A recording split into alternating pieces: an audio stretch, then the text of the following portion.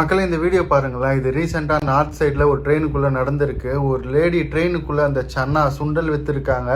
அது சீட்டில் சிந்திரிச்சா என்னன்னு தெரியல. அந்த ட்ரெயினில் இருக்க ஸ்டாஃப் அதுக்கு கோவமாயிட்டு அந்த லேடியை தள்ளி விடுறாரு.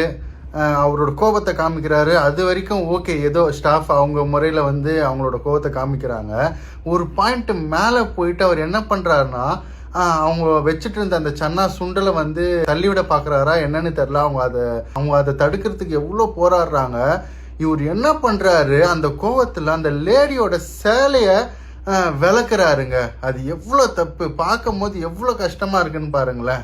என்ன கோவம் வேணா இருக்கட்டும், அந்த லேடியோட சேலையை விளக்குறதுக்கான ரைட்ஸ் இவருக்கு யார் கொடுத்தா? அது எவ்வளோ பெரிய ஹராஸ்மெண்ட்டு. என்ன கோவமா இருந்தாலும் ஒரு லேடியோட சேலையை விளக்குறதுலாம் ரொம்பவே தப்புல. சரி மக்கள், இப்போ நீங்கள் கமெண்ட்ஸில் சொல்லுங்கள், இவரை என்ன பண்ணலாம்? கமெண்ட் பண்ணுங்கள், நானும் மக்களும் பார்த்து தெரிஞ்சுக்கிறோம்.